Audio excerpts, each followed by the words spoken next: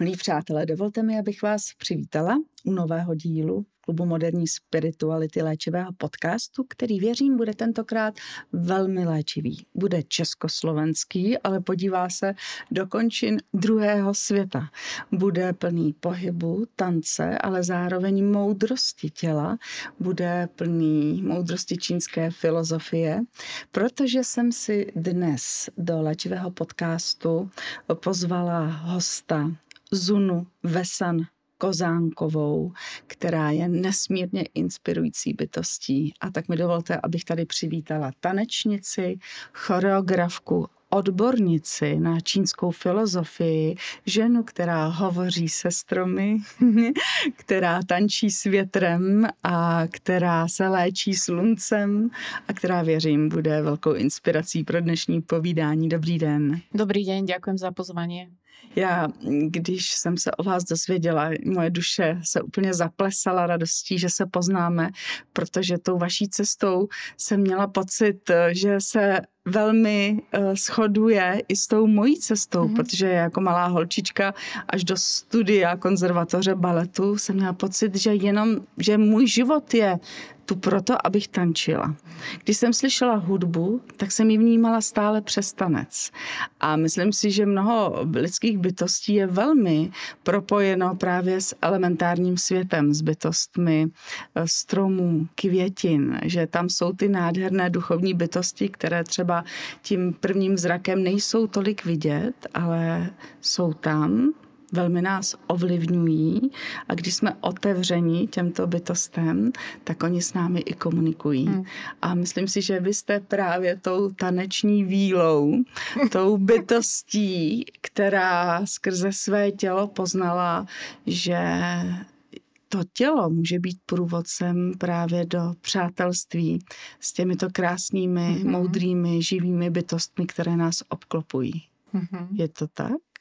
No, keď ste hovorili, tak sa mi úplne vybavovali také spomienky z detstva, keď som sedela na strome alebo v záhrade svojich starých rodičov. Oni boli úžasní záhradkári, čo sa týka kvetín.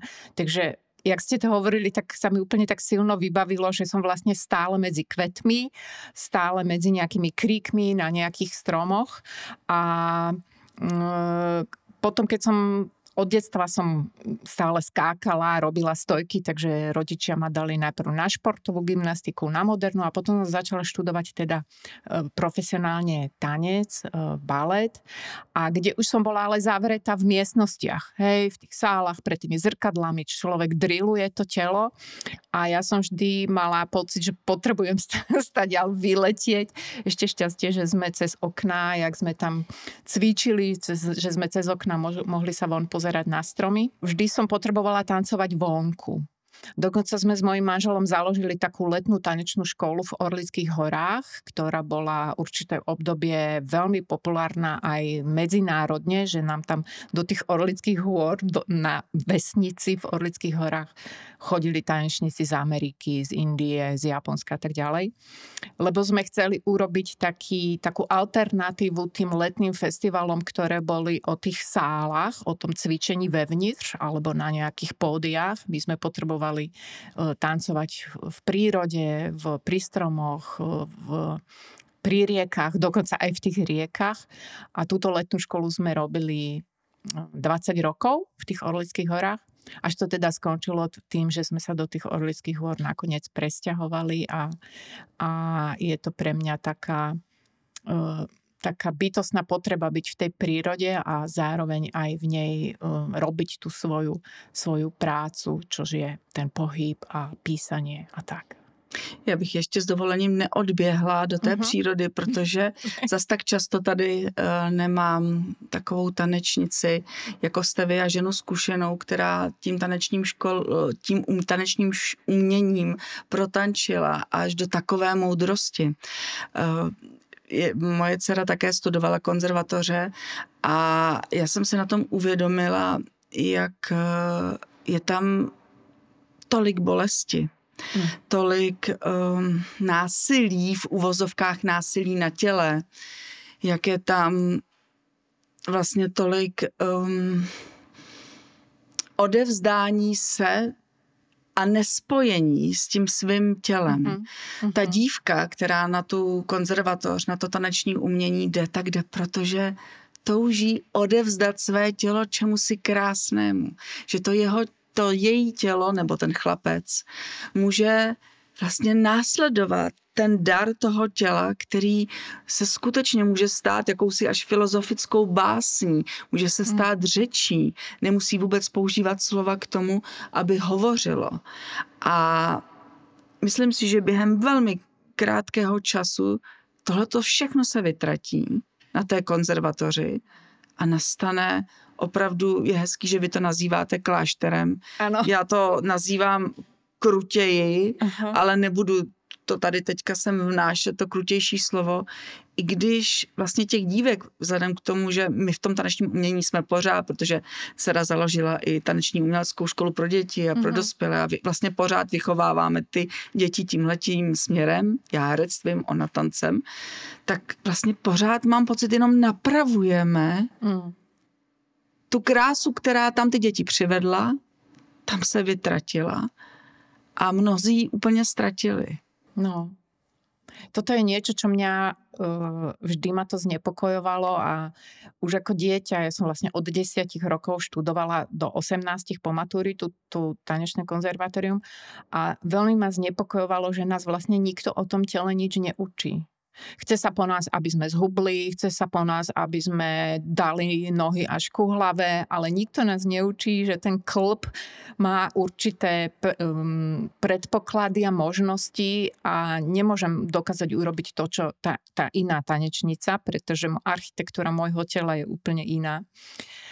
Takže je to také smutné, že sa to vlastne deje a deje sa to asi z toho dôvodu, aby sa dospelo k tej dokonalosti po tej materiálnej stránke z toho fyzického tela a na tú dušu vevnitř sa zabúda.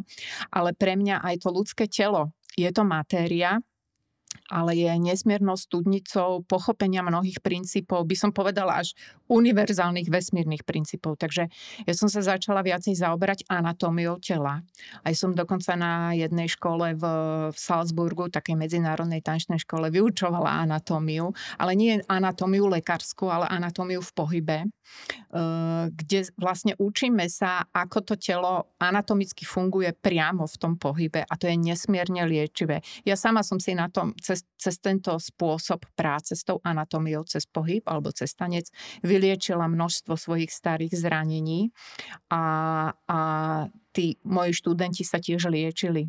Mám ale jednu takú skúsenosť, že robili sme raz z páteří, že sme, pol hodinu naozaj sa venovali len páteři cez ten pohyb.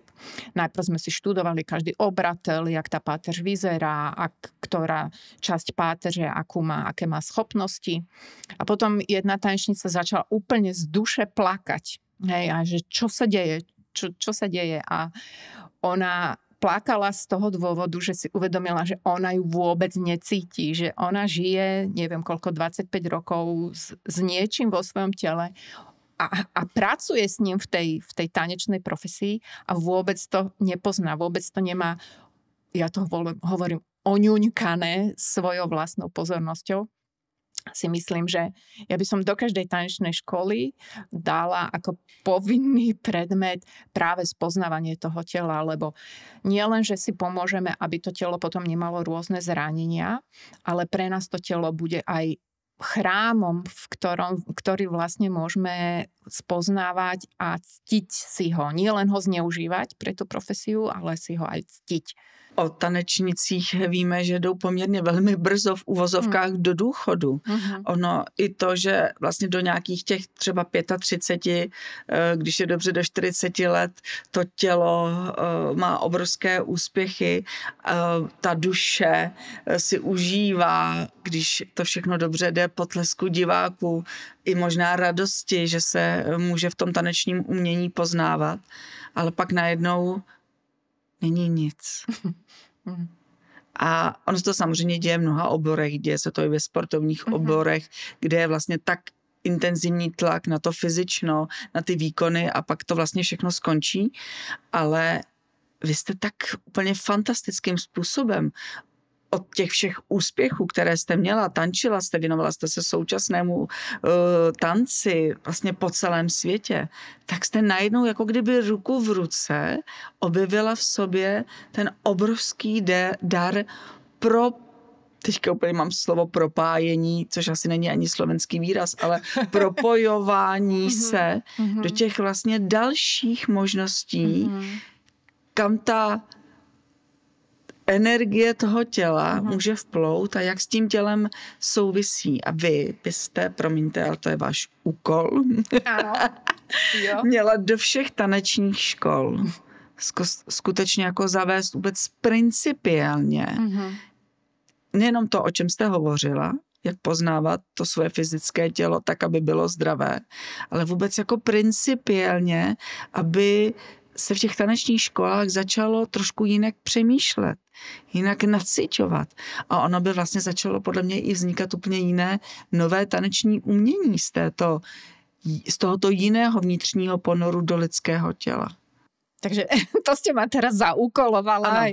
Ano, no, ja sa o to snažím spôsobom, akým som schopná v jednom živote zvládnuť. Zatiaľ som preto urobila to, že som niekoľko rokov robila taký medzinárodný výskum, praktický výskum. To znamená, že na semináre mi chodili rôzni študenti, boli to aj profesionáli, ale aj amatéri, aj ľudia úplne, ktorí netancujú, ale ich zaujíma trebárs východná filozofia a pohyb ich zaujíma. A pracovali sme spôsobom, že sme princípy čínskej medicíny aplikovali do pohybu. Aplikovali sme ich počas celého roka, pretože čínska medicína pracuje s princípom 5 prvkov, 5 fáz, v ktorých sa energia vyvíja. A vlastne 5-krát do roka, niekoľko rokov sme sa takto stretávali a skúmala som, čo s ľuďmi, čo v ich tele a v ich duši robí to, keď s nejakým princípom z čínskej medicíny, napríklad yin-yang, alebo prúdenie energie v meridiánoch, čo to s nimi robí. A bolo to nesmierne zaujímavé, že ľudia vlastne počas tých sérií seminárov objavovali svoje telo nielen fyzicky, ale aj energeticky. A o tom mi išlo, že ja som sa dlhé roky venovala tej fyzickej anatómii a potom som ju začala prepájať s takou energetickou anatómiou, ktorá teda vychádza z toho čínsko-medicínskeho kontextu. A na základe výskumu tohto a výsledkov, ktoré som tam nadobudla, som rôzne dotazníky s tými ľuďmi robila, diskusie a tak som potom napísala knihu, ktorá je ako keby takým manuálom pre ľudí, ktorí robia s pohybom, ako vlastne sa starať o svoje telo, ako ho spoznať aj z tej energetickej roviny a ako s ním pracovať v tom pohybe. Čiže je to kniha, ktorá sa volá Tao pohybu. Zatiaľ vyšla len v angličtine, pretože mám veľa bývalých študentov po celom svete, tak som ju vlastne napísala pre nich, ale koncom tohto roka by mala výsť aj v češtine. Wow. A je to vlastne kniha, ktorá ponúka ľuďom, ktorí robia s pohybom, nemusia to byť len tanečníci, ale jak ste spomínali, športovcov, ale aj performerov, rôznych hercov, ktorí robia fyzické divadlo, ale aj cirkusanti, ale kľudne aj jogíni, ako vlastne môžu pracovať s tým telom tak, že ho rešpektujú a že rešpektujú napríklad aj to, že v zime to telo má úplne iné potreby a možnosti ako v lete. Hej?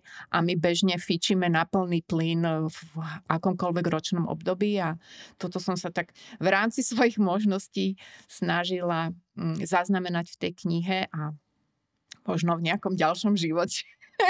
No. To pôjde aj do tých tanečných škôl ako do osnov škôl.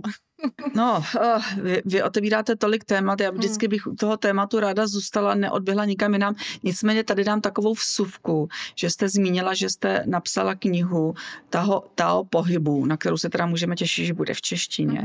Ale vy jste velmi plodná autorka knih a my si později budeme povídat i o úplně nové knize, kterou jste napsala, Moudrost stromu, tomu potom je tady i praktická část, která je vlastně takovým průvodcem, jak se stromy pracovat. Napsala jste spoustu dalších knih právě věnující se čínské medicíně a léčení. My se tomu budeme věnovat.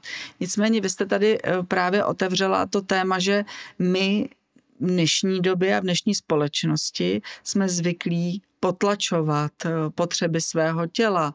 Jdeme proti životnímu cyklu, proti tomu, co se právě odehrává v přírodě a že vlastně možná tím největším úkolem, když chceme být zdraví, nejenom fyzicky, ale i duševně, je začít naslouchat přírodě a začít plynout s ní.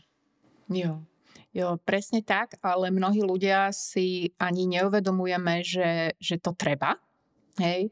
A mnohí ľudia ani nevedia ako. Ja keď vyšla tá anglická kniha, tak som robila podcast s jedným Izraelčanom, ktorý žije vo Viedni, je to tanečník a pre ňo bolo zaujímavé si uvedomiť, že vlastne napríklad vo Viedni, keď je zimné obdobie, tak on mi vraví, že ja cítim len, že je chladno a že padá sneh, ale nič iné necítim. A ako by som mohol to ako cítiť, hej?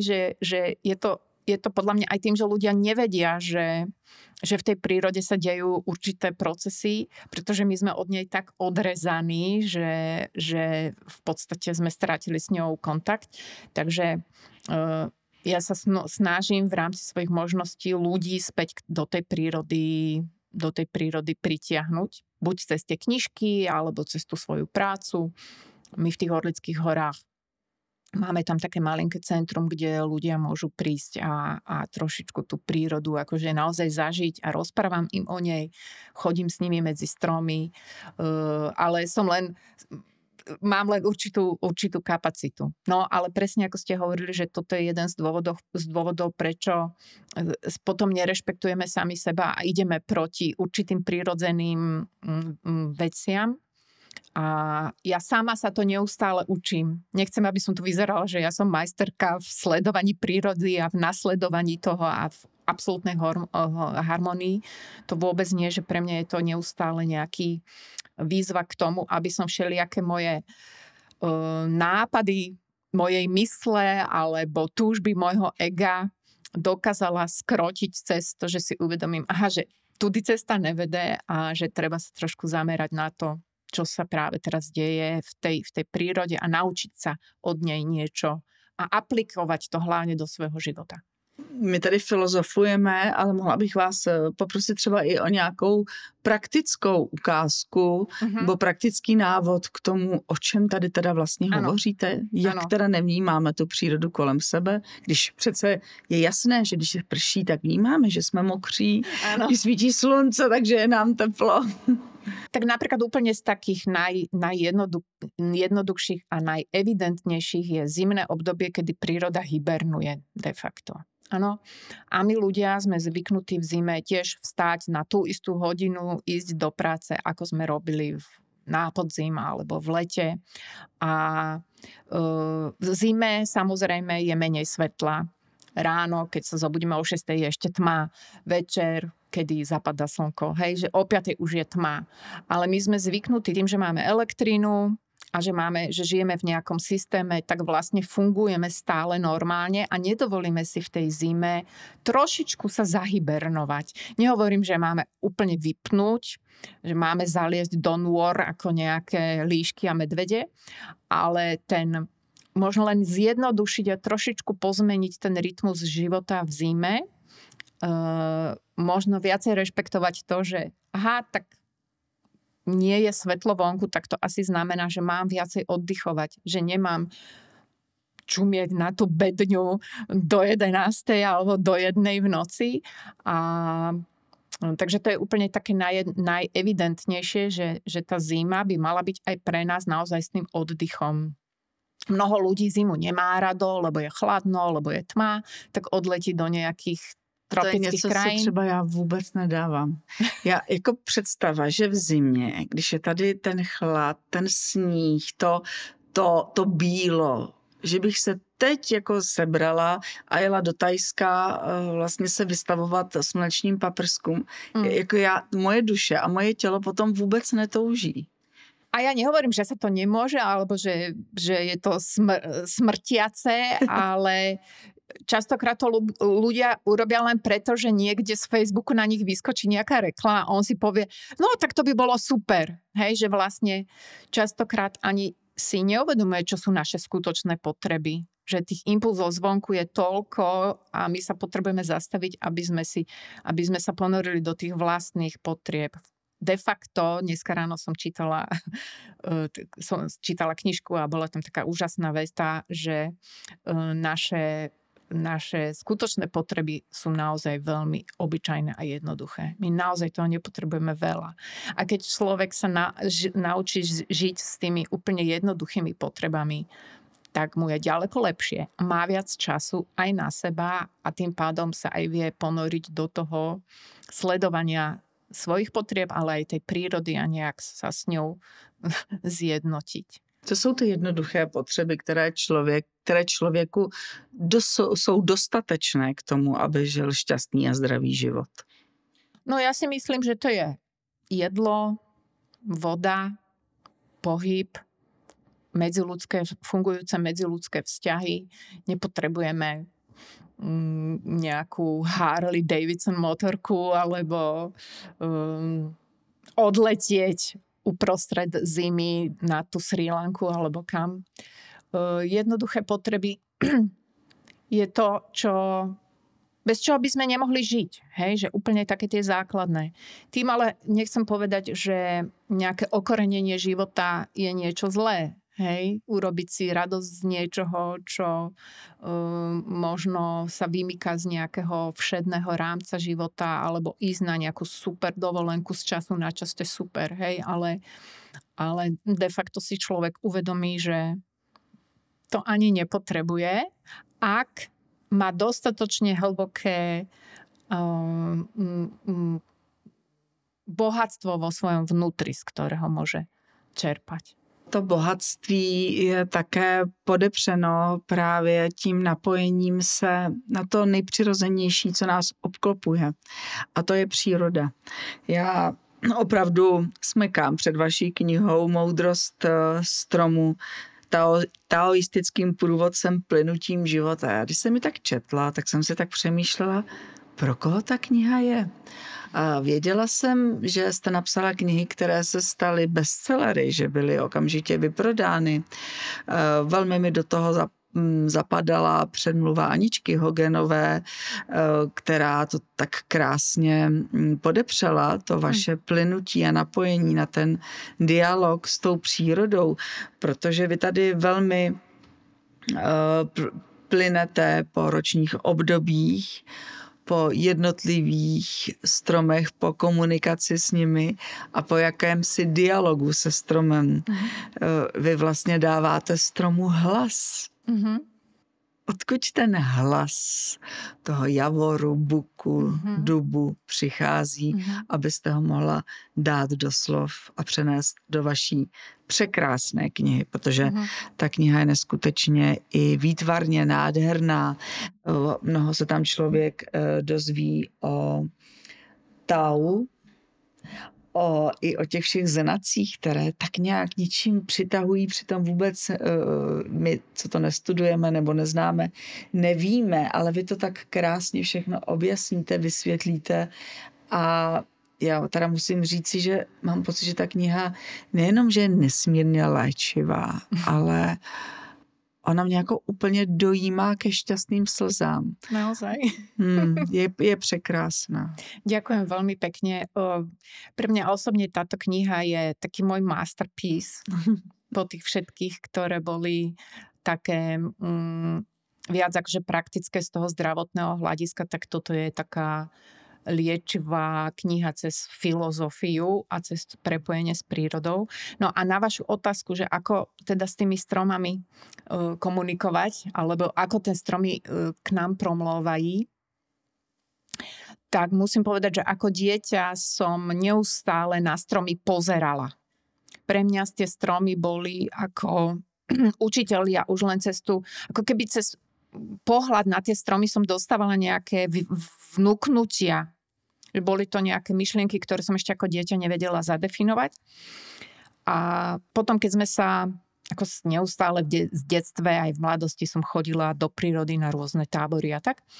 A keď sme sa presťahovali do Orlických hôr v 2013 roku, tak tam sa to začalo už, akože to už bol hardcore vnem. Keď som sa pozerala na tie stromy, alebo keď som medzi tými stromami chodila, tak mi prvé, čo sa začalo, že som začala úplne brutálnou rýchlosťou a množstvom písať básne. Ďalšie bolo, že mi prinášali také filozofické úvahy, ktoré som si potom v nejakých knihách ako rozvíjala. Ďalší druh komunikácie s nimi už taký, myslím, že taký pokročilejší bol, že keď som sedela pod nejakým stromom, tak ten strom mi povedal: teraz choď do obývačky a na tej a tej polici si vyťahni tú knihu a otvoril. Mm-hmm. A ja som sedela pod tou brezou a hovorím si, čo mi tá breza tu hovorí, že mám ísť do obývačky, však ja chcem byť vonku. Ale tak išla som do tej obývačky, tam u nás na horách, vyťahla som si tú knihu, otvorila som ju na nejakej úplne akože bajočko strane a tam bola informácia, ktorú som práve potrebovala dostať a ktorú som potrebovala vo svojom vnútri rozvíjať. A keď som sa rozhodla, že už to začnem dávať do tváru knihy, tak mi tie stromy aj hovorili, akým spôsobom to písať, lebo v tej knihe sú aj rôzne citáty z rôznych taoistických kníh, že ktorého filozofa môžem do ktorej kapitoly. Hej, že ja mám pocit, že tú knihu som písala ako channelingovým spôsobom. Dokonca aj to, aby som oslovila pani profesorku Hogenovú, prišlo od brezy, pri ktorej som práve vtedy bola. Takže sú to naozaj také veci, ktoré ja som samozrejme veľmi metodický typ, že som vedela, ako by som to mohla urobiť. Tú osnovu tej knižky som mala, ale vlastne to vnútro tej knihy je priamo od tých stromov. A to, že tá kniha je písaná ako dialog medzi mnou a stromom, to mi poradil môj manžel Milan, pretože ja som najprv si tie múdrosti len zapisovala a keď som ich mala na papieri, tak to vyzeralo, ako keby som ja mudrovala. A Milan mi poradil, čo keby si tam naozaj dala to, čo ty s nimi prežívaš, že on ti to fakt hovorí. Takže som sa nad tým zamyslela a hovorím, že to je presne ono. Čiže vlastne tá kniha je písaná tak, že ja som ten školáčik, ten študent, ktorý moc toho nevie a vlastne tie stromy sú veľký učiteľ, ktorý nás učí cez ten svoj život. Na vás je krásné, že vy skutečně tu metodiku v sobě máte, ten vnitřní drill, ale díky tomu z vás, když potom hovoříte vlastně o tom channelingu, o tom napojení se na to božství, které je kolem nás a které nás provází, tak to zní a vyznívá tak, že si myslím, že leckteré ucho, nejenom ezoterické, je schopno toto vše přijmout. A to si teda myslím, že je váš velký taky další dar, který máte. Já tady s dovolením přečtu jednu z vašich veršů, jeden z vašich veršů. Bosýma nohama poslouchat odpočívající zem. Brodit se podzimem, utkaným ze šumu listí. Dnes nic nedosáhnout, nezlepšit, nezměnit. Jen poslouchat to ticho božského bytí. Mám pocit, že každé to slovo, které je tady napsané, je přesné. Nevím, jestli tak bude rezonovat se všemi, ale mě úplně rozechvívá, přestože se neznáme a mohla jsem už s vámi začít hovořit, tak jsem vám říkala, že mám pocit, že spolu máme tolik blízkého právě možná i proto, jakým způsobem promlouváte a jsem za to nesmírně vděčná. Já když budu hovořit sama za sebe, já jsem vytvořila představení Anastasia, které mě taky takhle spadlo na hlavu z poličky. Anastasia mě nejdřív třískla, abych ji začala číst a abych teda posléze z ní vytvořila představení, které taky člověka vede k přírodě a k naslouchání toho hlasu, kterým příroda hovoří. A samozřejmě, že i díky Anastásii, kterou už mnoho let jsem, nebo které jsem propůjčila svou bytost, tak mám k přírodě mnohem blíž, takže když jsem se stromy, zrovna včera jsem šla na procházku, strašně pršelo a já mám na cestě takové 2 stromy, jeden obrovský buk, s tím si tak povídám a vždycky si tak lehnu na ten jeho kmen a úplně bych nejradši se vsublimovala do něj dovnitř a vždycky tak vnímám, jak nejdříve lítají ty bláznivé myšlenky. Takže tohle jsem ještě nekoupila, tady tomu jsem nenapsala, tady musím odepsat, tady vložit upoutávku na představení. A pak jenom člověk vchází do víc a víc klidu, do ticha toho stromu.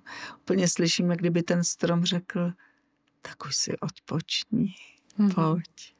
A najednou je ticho a je klid. A je ten zen, po kterém toužíme. A ten strom nám ho umí krásně zprostředkovat a v podstatě velmi rychle. Áno, áno. Tu báseň, čo ste čítala, tak to je jedna z prvých, ktoré ku mne prišli, jak som sa prechádzala po lúke a pomedzi tie stromy. Takže ja som veľmi napojená na tú prírodu. Ale zase mám rada aj technológie. Ja mám rada aj umelú inteligenciu a hrám sa s tým a tak.